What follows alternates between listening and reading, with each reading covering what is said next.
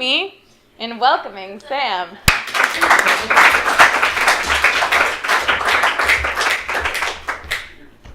Well, thanks everybody for coming out, and thanks to ISSA for hosting me. Tonight we'll be talking about humanism, aka Sam can't look at his phone for 45 minutes, which is probably the hardest part of public speaking. So we've already had a group discussion on humanism a couple of weeks ago. So a lot of you know the details. Basic definition from Kurt Vonnegut is my favorite, which is trying to behave decently without expectation of reward or punishment after you're dead. I mean, there's more academic definitions, but that's quick and easy, and it'll do. Let me go over a very brief history of humanism. It was first used as a word in the German, so like Humanism, whatever, in 1856 to describe what was going on during the Renaissance, which was still religious, but had a greater emphasis on human beings and what they were doing, as opposed to humans as kind of cogs in God's grand design. It wasn't until the 1930s that humanism started to actually be used as kind of a word, as a catch-all for non-religious ethical structures. And at that point, there was actually a kind of humanist manifesto that was created and actually signed by a bunch of people at University of Chicago. So there's your connection to Illinois for the evening. So there's a little bit of confusion among some people when you use the word humanist, because it has that older definition related to the Renaissance, and there is Jewish humanism, which is not really theistic, and then there's Christian humanism, which is theistic but places kind of emphasis more on people than on other things. But for the most part, when people are talking about humanism, they're talking about secular humanism, which is what I'm actually talking about tonight. But that's not really what we're here to talk about, because you can go on Wikipedia for all that. So tonight, why am I here? And I don't mean that in kind of a, existential sense. So who am I? Why am I the one talking about this? Well, I'm a former ISSA officer, so I can speak a little bit to the kinds of opportunities to engage in humanism that you can have here as part of your ISSA experience.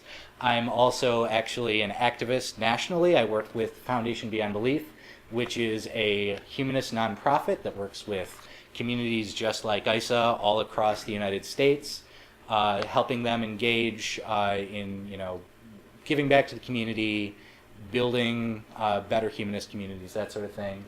And I've found as an activist that you're only as good as your echo chamber, so feel free to find me on Facebook or Twitter at Sam Shore and talk to me more after this. Another reason is I think it's really important to push back on the idea of a belief in nothing. How many times have you heard, oh, you're an atheist, you don't believe in anything? It's really common. After the tornado in Oklahoma, there was this piece in Time magazine. Joe Klein was writing a piece about how people were there helping out in the aftermath of the tornado, and he's like, oh, there were all these religious groups there helping out, but where were the secular humanists? So I think it's really important to kind of show we're there, so we can be armed with knowledge when people, say things like, say, for example, our wonderful student trustee, what's his name? Mike Cunningham, that guy, said that, believe in anything, just don't be part of the Secular Student Alliance. And so, again, I think it's really important that we push back and we, make people aware of the fact that, just because we don't believe in the supernatural doesn't mean that we are nihilists. And some of you might be nihilists. That's cool. You probably don't care that I don't care. And it's really a reflection on how misunderstood atheists are. There was a Pew poll in 2010 that showed that only 40-some% of people knew a Muslim, and I'm using that statistic because they've never done research on how many people say they actually are acquainted with an atheist. And, only 40% of people know a Muslim. And Muslims are much more open about who they are most of the time.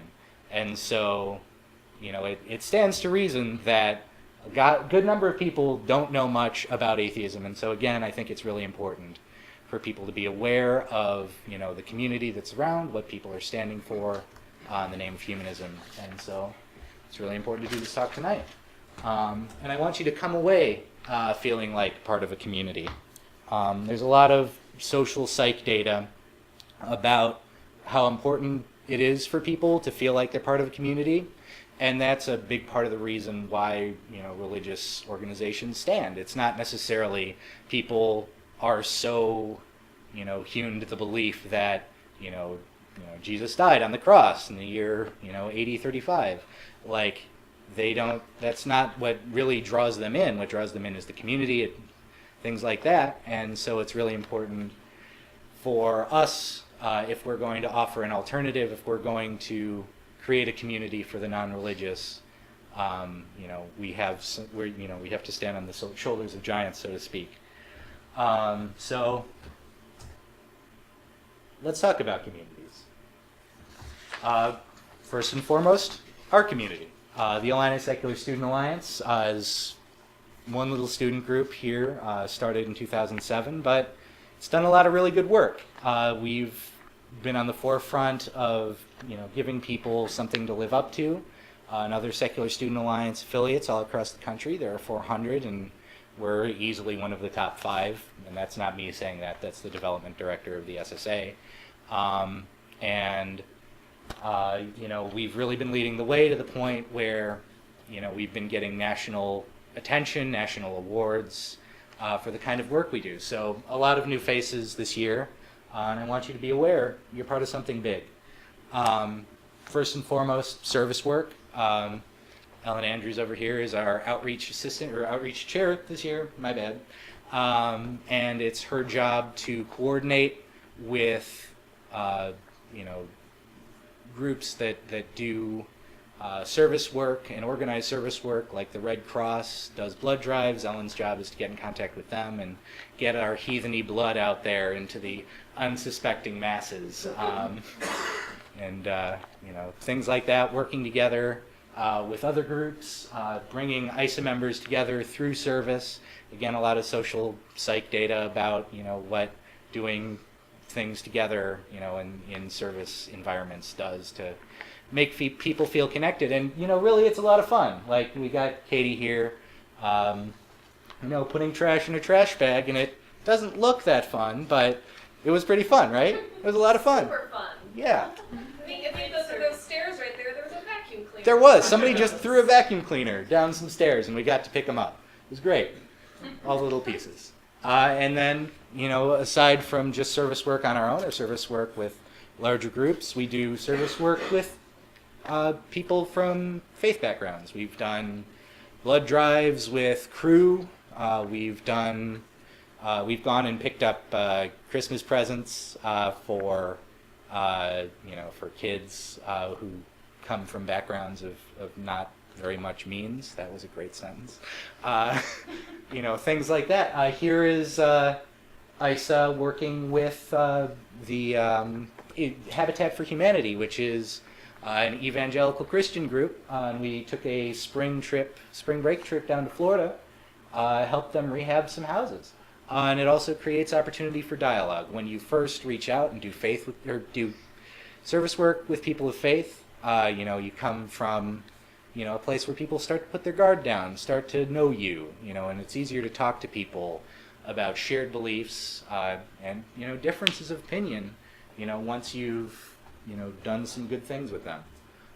We've also been on the forefront of advertising humanism and its values. Here is a bus ad. You can't really see it that well, but it looks really nice when it's on the front page of Reddit, as it was. We've got Bill Gates there, and it says, second richest person in the world, donated over $26 billion to charity. Bill Gates is good without God, are you? And it was kind of an outreach campaign that went around on all the buses here in Champaign, just to say, hey, you can have a moral background without a belief in God. There are people that you know already who have, a background in doing good things without a belief in God, and kind of, making it more accepted to be out and open as a non-religious person, as well as, telling people, hey, you don't need, some celestial big brother looking over your shoulder to do a good deed every now and then. But, that's locally, but we're far from alone. Let's go nationally. You're part of something bigger. There are some other local communities at different levels. We've got the Humanists of Florida, which is a state-level organization that works with even closer local grassroots communities, kind of like ISSA, all across Florida. They engage in service activities and things like that. And then there's, on the kind of the other side of things, you've got Harvard Humanist Chaplaincy, which isn't really a student organization, although there is kind of a student wing, but they kind of are trying to recreate religious, kind of using religious language to recreate their community. And then you've got Center for Inquiry New York City, which is, again, at the city level, and is kind of a coalition of people from different backgrounds coming together to do good things, be a community, and it's really important to realize that these communities have a lot of variation inside of them. There's not a lot of dogma. There's a lot of different approaches, and so there's no one-size-fits-all thing to this, which makes it really hard for this next group of organizations, which works at the national level. They're kind of like the support staff for groups like ISSA, groups like Humanists of Florida. We've got, in terms of, helping people get their roots down, we've got American Humanist Association, which, helps chapters at the local level, get, the support they need to get started, helps, bring people in, bring speakers, bring people out and to get involved. And then there are groups like Foundation Beyond Belief, which I work for, which pretty much, takes existing groups, a lot of them are AHA chapters, and, encourages them to get involved in specific things, focusing non-religious communities, humanist communities, into helping out in collected areas so that, our support kind of accumulates and is more noticeable on a larger scale.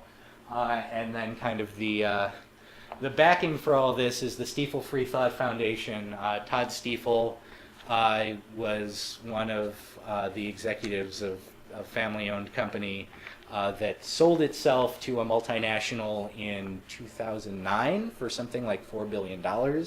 And he's used his share of that money to kind of retire from that side of things and kind of pay himself a salary and, pay groups like AHA and FBB, and even more local groups like ISSA is about to get a $100 grant for some work that we're doing.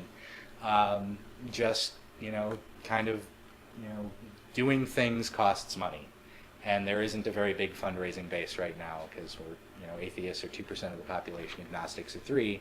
So in order to get things done, Todd has been magnanimous enough to help get the ball rolling. And so that's enough from that. So let's look at some famous humanists. There's people working outside of, these structures to kind of put humanist values out in front of the public eye. You're probably familiar with at least one of Kurt Vonnegut, Bill Nye, and Seth MacFarlane. They've all been honored by the American Humanist Association or Harvard Humanists at one time or another for the work that they do. Vonnegut most famously is the past honorary president of AHA until his death. And they're out there, and they're through their works they're kind of pushing people towards understanding the humanist worldview. I mean, Vonnegut and Bill Nye are kind of obvious in in what they do in terms of pushing people towards compassion, pushing people towards an appreciation for science. But I think Seth MacFarlane's work is arguably among the most important because it's teaching people to be unafraid of sacred cows and, be willing to push the boundaries beyond dogma. So I think that's kind of cool that all these people are really involved in our movement in different ways. Let's move on from that and look more at how it applies to you guys. Let's look a little bit at instead of people big in the movement and organizations big in the movement, let's move on to how it applies to you. And a lot of people are probably going to ask you, isn't it just another religion? It sounds like just another religion to me. And I've heard that one a lot, and I think it's important to push back on that. Because Merriam-Webster defines religion as the belief in a god or gods first and foremost. Like, there are other definitions, but you got to go way down there to find something, and even then, that's really just kind of a knockoff of kind of a colloquialism and not actually how the word is used. So yeah, there are certain beliefs that a lot of people in humanism have. There are shared communities, but the same is true of really sports fandoms, things like that. I'm a Bulls fan. I don't think that makes me part of the one church of Michael Jordan, even though I'd go if it was a thing. And I think it's, it also says something that you hear that from religious people, and it's like, what does that say? If you're denigrating something by calling it a religion, if you say you're a humanist and they say, oh, that's just another religious belief. Actually, somebody involved in local politics told me that the other day. I told them that they should do some outreach to the humanist community, and they were like, oh, that's just another religion. And it's like, so? I mean, I'm not trying to have a theological debate with you, but so I think it's really important to touch on that and say, hey, it's not that, because that's kind of torturing the English language worse than Jesus was tortured on the cross. So let's look at the idea that there's not dogma in humanism, the idea that there's room for multiple approaches, and it's a big tent kind of thing, a lot more than you could say about a religion. And on one side, you've got the nice guys, the guys who just want to be cuddly bunnies and play nice with all the religious people, and here's just a sampling. You've got James Croft, who's a public speaker and an educator. If you get more involved in movement, come to some conferences. I'm sure you'll come across James. Chris Stedman is the chaplain at the Yale Humanist chaplaincy. And if somebody takes on the title of chaplain in a non-religious setting, they're probably not all that at odds with religion. And then you've got Connor Robinson, who's also a fellow Foundation Beyond Belief staff member, who's abroad right now with a humanist service trip. They're going all across the world, Cambodia, and some other locations, like 15. I can't rattle them off. But lots of places without internet access. Or spotty internet access, just kind of to go out into these underprivileged locations and kind of, not to do a proselytizing service trip, but rather to kind of have what he called authentic interactions, as well as kind of, a lot of them, the people that are on the trip have education backgrounds. They're teaching at schools and getting involved in trying to help people in the local populace. So, there's your cuddly bunnies of the movement, and they perform some really important roles. They play the good cop. They're the happy face that's there, and in contrasting the angry atheist that you see on the internet all the time. They're there to break ground for new and important projects like Pathfinders. You couldn't get Richard Dawkins to do this kind of work. Well, I mean, he might pay for it, but he wouldn't go. They're able to go out and they're able to build these bridges with potential religious allies to do things where we do have common ground. But the town is big enough for the both of us, because I like to think of myself as one of the bad cops, because protecting human dignity isn't all warm fuzzies. And so it can go two ways. There's anti-theism, which is, atheism is a lack of a belief in God. Anti-theism is being against the idea of a belief in God as a thing that people should hold. And so there's one important side of things, which is anti-theism as humanism. And there's definitely a lot of people on this side. For example, Richard Dawkins is the vice president of the British Humanist Association. And you can do things like combat harmful religious practices and beliefs. 80% of this country believes in the power of intercessory prayer, like that, the idea that prayer can actually do things in your life. And when you've got, a democratic form of government where people are concerned, and are voting on things, and part of their schema about why they're voting or how they vote is they think that, their prayer is actually going to do something that might kind of be harmful, and it's important to point that out.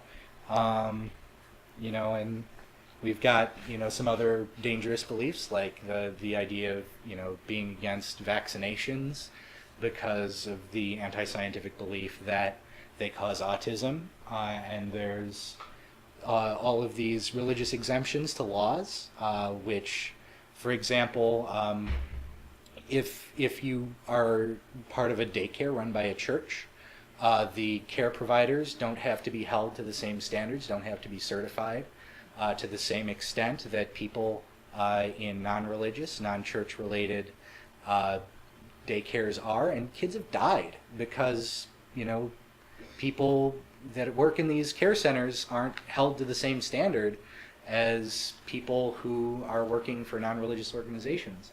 And if they had received proper care, then probably the kids wouldn't have been left on their own. And it also puts the focus on individuals instead of gods. It says, hey, if you feel a certain way, if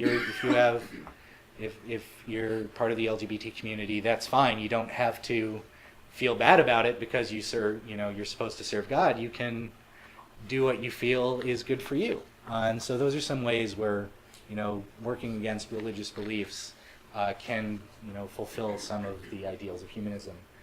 And on the other side of that is humanism as anti-theism, which is kind of, if you're not getting involved, you're leaving space for the religious to take over, services, to take over community space. Because as I was saying earlier, social psych shows people like being a part of a community. And if we're not providing it, people will be part of religious communities, whether they like it or not. I know people who have told me straight up they prefer to be a part of a church rather than being part of, the great unwashed, unreligious community, because they're better organized. They give them more opportunities to be involved in service, things like that, because they might not have something like ISSA for their group, for their community rather. There's some great examples of this where ISSA has kind of turned the tables on this. A couple of years ago, when Illinois passed the Civil Unions Bill, church organizations that took public funding had to honor civil unions the same as they did marriages. And so all Catholic orphanages, rather than continue to serve kids without parents and have to adopt them out to same-sex couples the same way they had to adopt them out to opposite-sex couples, went ahead and just shut down.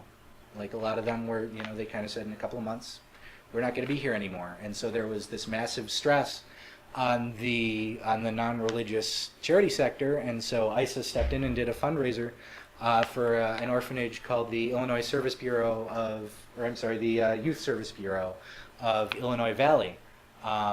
So that's an example of humanism as anti-theism. We were stepping in and being the community that religion could not be. What's that? Yeah, it chose not to be. So what you should get out of that is humanism is a big tent. I like to think there's something for everybody. If you can't find yourself somewhere in that spectrum, again, unless you're a nihilist, and if you are, you don't care. then I would be surprised. But if not, no problem. That's one of the nice things about ISSA is it's a community for atheists, agnostics, does humanist work, but doesn't explicitly identify as a community of humanists because it's designed to be open and for everybody. And so I want to move to really the most important thing here, which is that because we're humanists, because we don't believe that there's some sort of, celestial abacus keeping score, we're judged not by our beliefs, but by our actions. And so I want to close tonight by giving you some ways to get involved. First and foremost, Light the Night, which is something I'm very familiar with. It's a partnership between Foundation Beyond Belief and the humanist community at large, across the country and even into Canada and some other countries, and the Leukemia and Lymphoma Society. It's a cancer walk, kind of like Relay for Life, but a lot shorter. You don't have to be there all night, because really that's not why you're there. You're there to raise money for cancer research. And so this partnership was chosen because it represents a lot of things that humanists find very important. Scientific research, giving education to the families of people who have cancer and people who are worried they might have cancer and want to know more before they spend a lot of money on a doctor. And, even to that extent, LLS also funds patients who might not have the means to get treatment. So it's a partnership between humanists and Leukemia and Lymphoma Society. And ISSA here on campus, Ellen is taking the lead on this, is organizing a cancer walk for the Leukemia and Lymphoma Society that's coming up when? October 19th. 7:30 p.m. Don Gerard, the lovely mayor of Champaign, vote Gerard.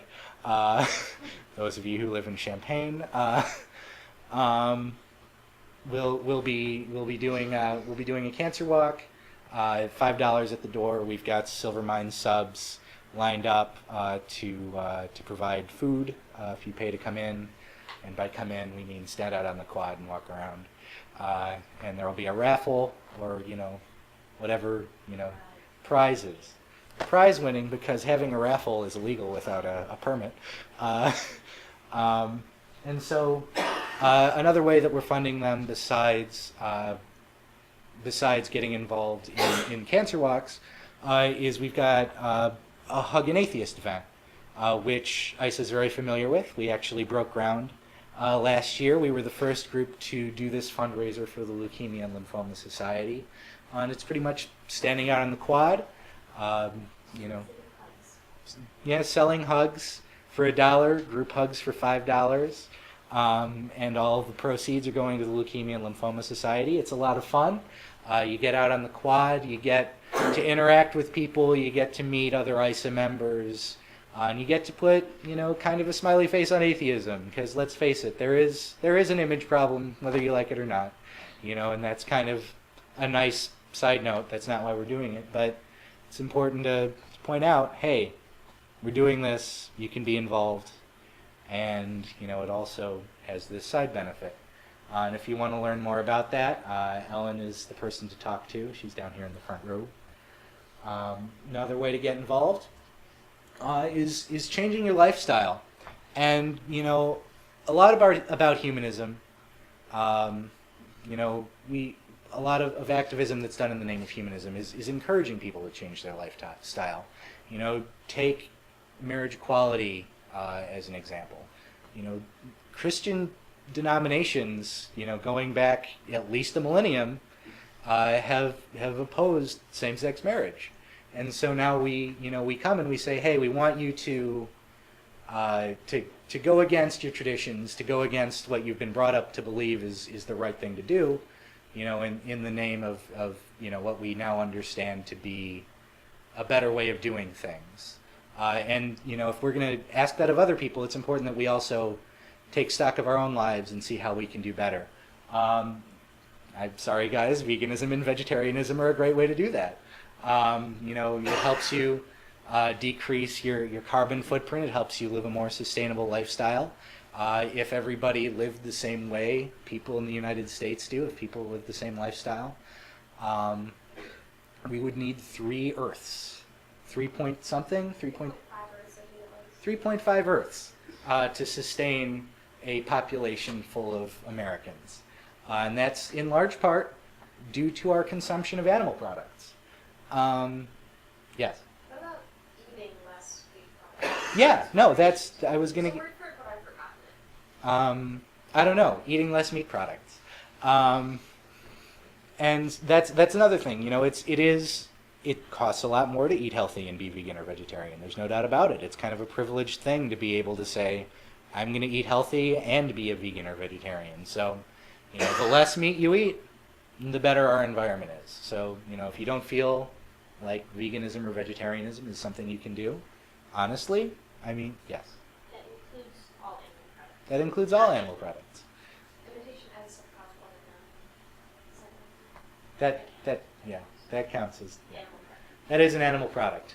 For everyone keeping score, cow blood is an animal product. No, imitation eggs have cow's blood in them. Right. But it's a slight amount. That's a slight amount of animal product. We're not at the Q&A yet, but No, what I know. I one? was just going to say to reel it in a little bit, ethical eating is a form of eating, I think kind of what you were saying, Katrina, like where you don't just kind of plunge into veganism or vegetarianism, but you are more mindful of what you're eating and where it comes from. Right. I went a little cold turkey. Yes. Oh, you're vegetarian now? I'm trying. Seaboat is so good. Okay, before you go vegan or vegetarian, go to Seaboat. It's out there on Stadium. It's delicious. Anyway, it's a plug for some people that I'm pretty sure are not in the atheist agnostic mindset. They have very good food. Almost made me believe in God. Anyway. Let's not say that. Not quite. Not quite. You can also drive less, bike more, move around in ways that lower your carbon footprint. That's another thing you can do. Rather than, driving to class, wear your helmet.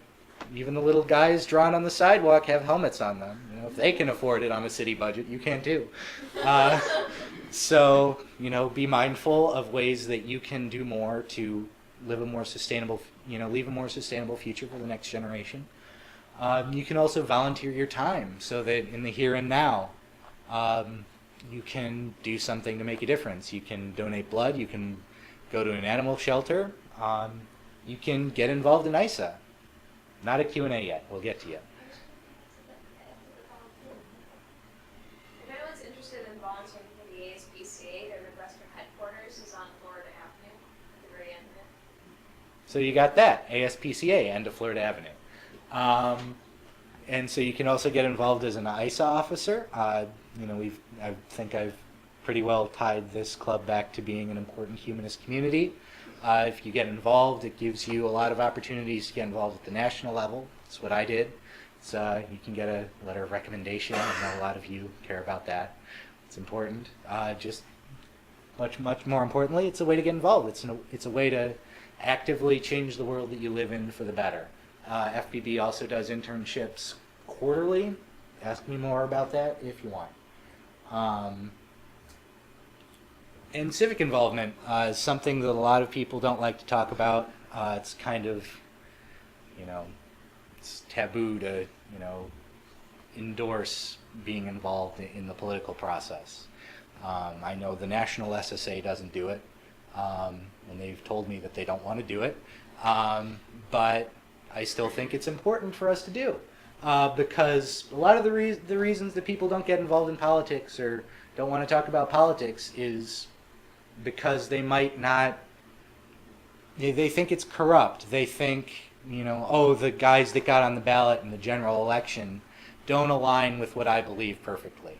But you know what? That's fine for people who do believe in perfect, do believe, that there's some sort of celestial right and wrong. But, part of being a humanist is understanding that we're part of a fallible world. Nothing works correct 100% of the time or 50% of the time. But you've got to work with what you got, and being involved in the political process, having your voice heard, can, make a push in the right direction. People who don't identify with any religion make up about the same percentage of this country as the Tea Party. Why don't we have the same level of representation? Why aren't our voices being heard as much? It's at our feet.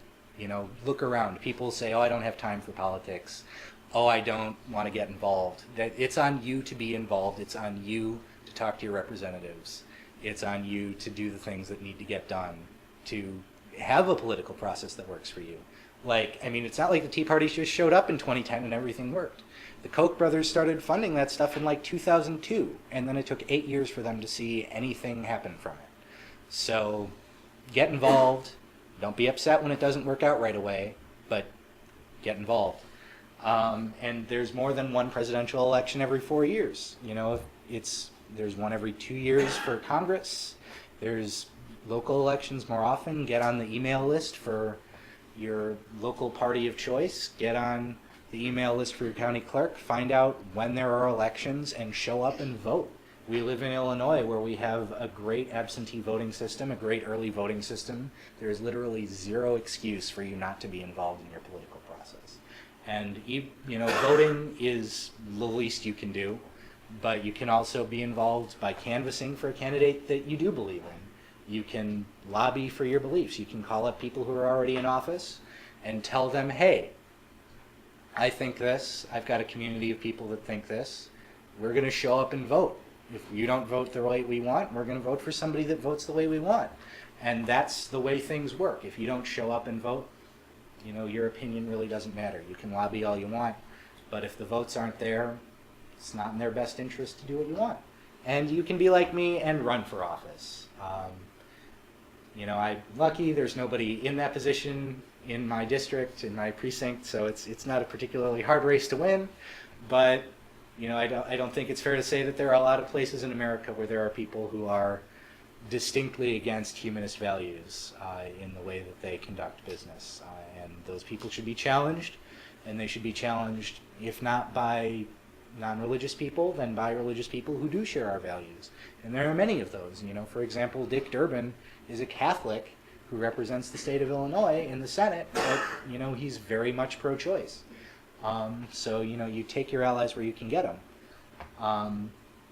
And so with that, I urge you to get involved because ultimately, none of what you believe matters if you don't put it into practice. We have, on average, about 80 years to make our mark, and we're done.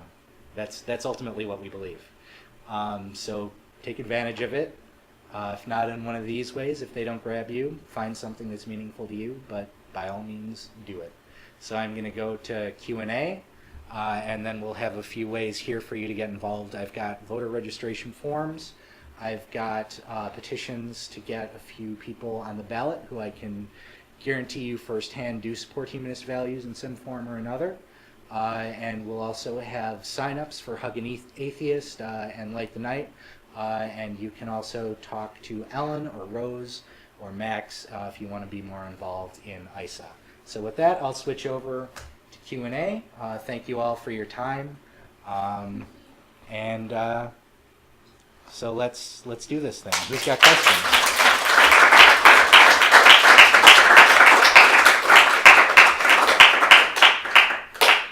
Rose. Okay, so most of you know my backstory. For those of you who don't, brief little thing. I'm actually from Virginia, William and Mary. I was involved with the Free Thought organization at my college there, and I was hoping maybe, Sam, you could speak to the value of, the experience of, I was in that organization there. I met a bunch of ISSA people at a conference, and now I'm here, the vice president of ISSA, and my main friends group is an ISSA. And so, what's the value of, conferences and having, all sorts of Facebook friends and just kind of getting involved? It's the coolest thing because it is a national movement that is very small. So which is an interesting dynamic because, like, National Democratic Party, national, all sorts of things are vast.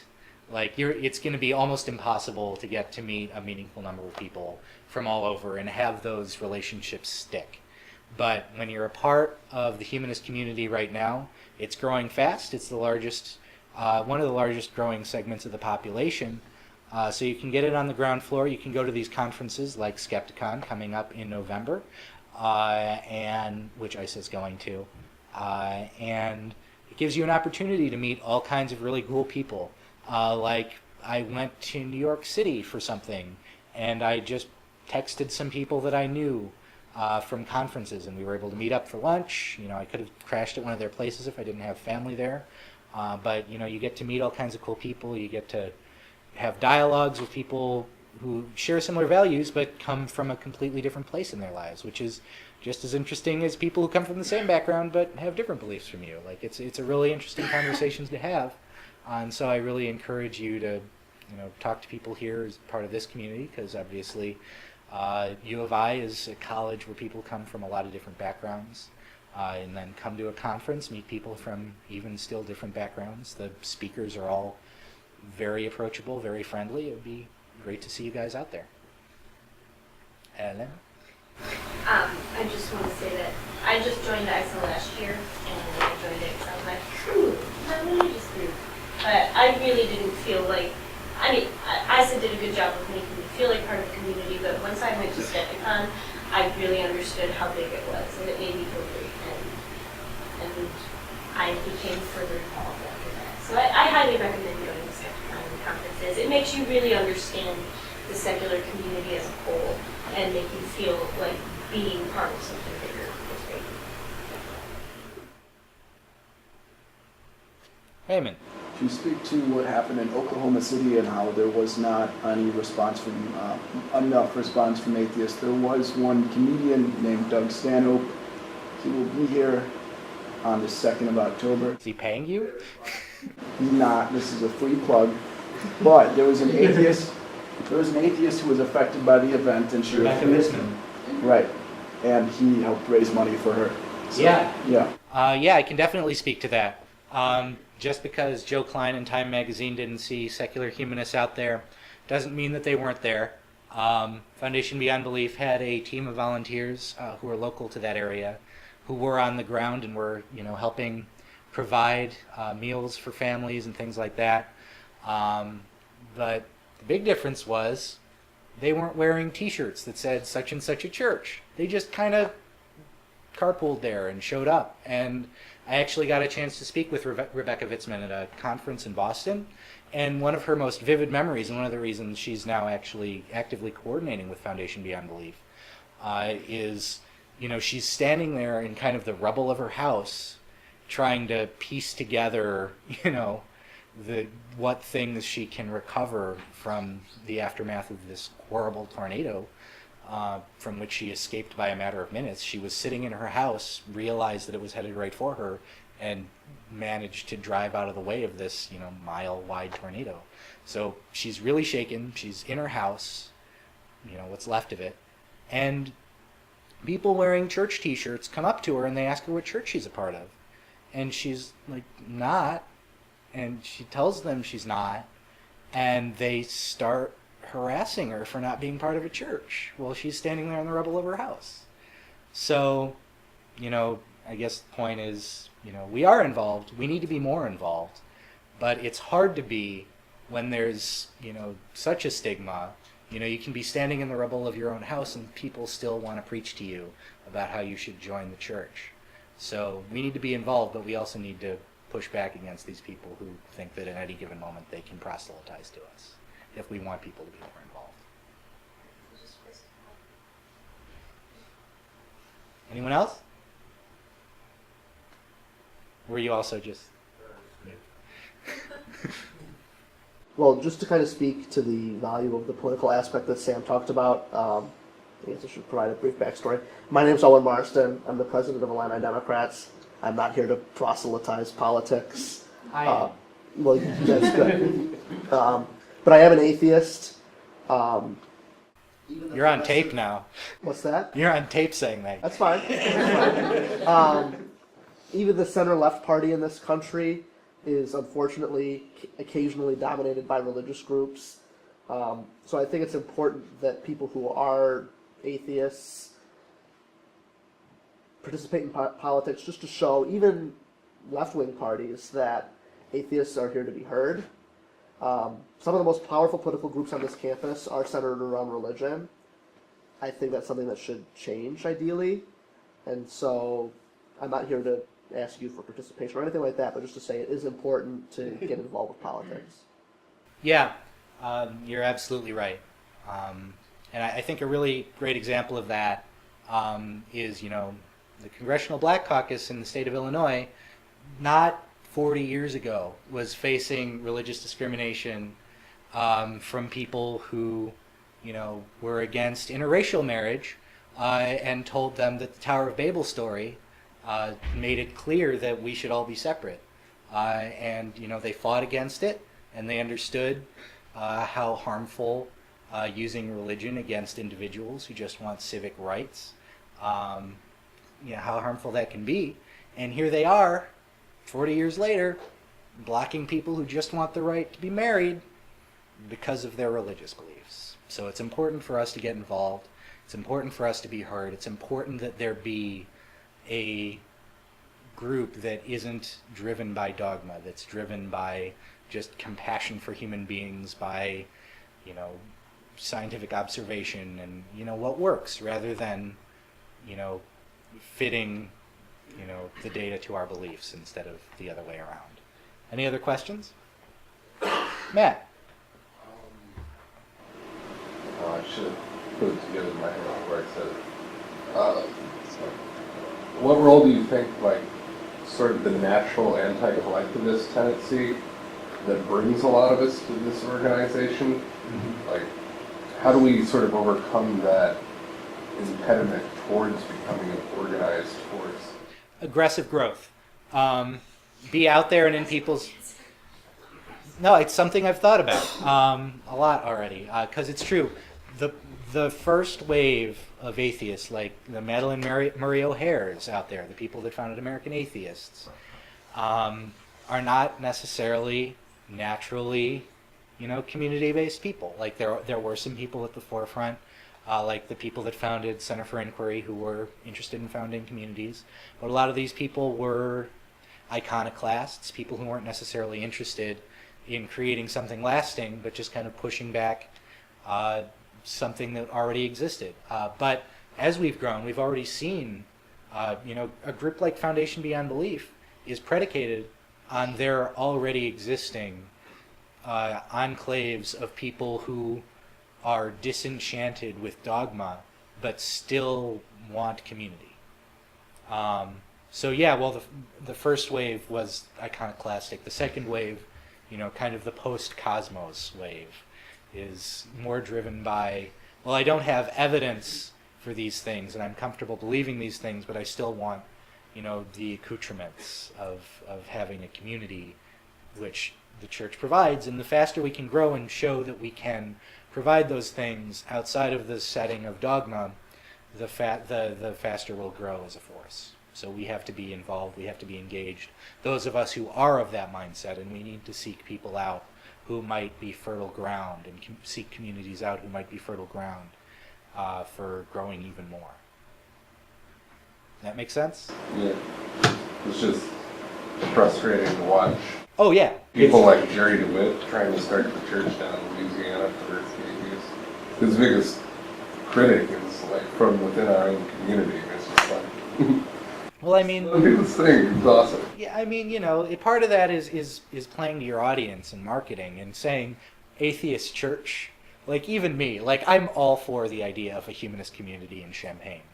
But using the word church, calling yourself a chaplain, these speak to the kinds of structures that we're against, because, that's why I'm talking about dogma right now instead of religious belief, because it's not about necessarily the individual beliefs, because dogma can be recreated even if Christianity is overcome.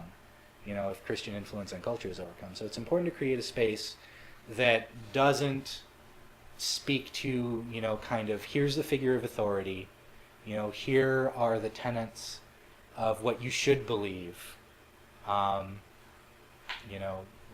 go with them. There is, but I mean, it doesn't help bring people in who are wary of community already, as you already noted. Well, it's about time for me to wrap up. Again, I thank you all for your time. Max is going to be talking a little bit about how you can get involved. I am going to go ahead and leave some things up here. If you're already registered in Champaign County, you can sign any and all of these petitions here to get some humanist candidates on the ballot. And if you're not registered to vote in Champaign County and you'd like to be, get a voter registration form here. And I give the floor to Matt.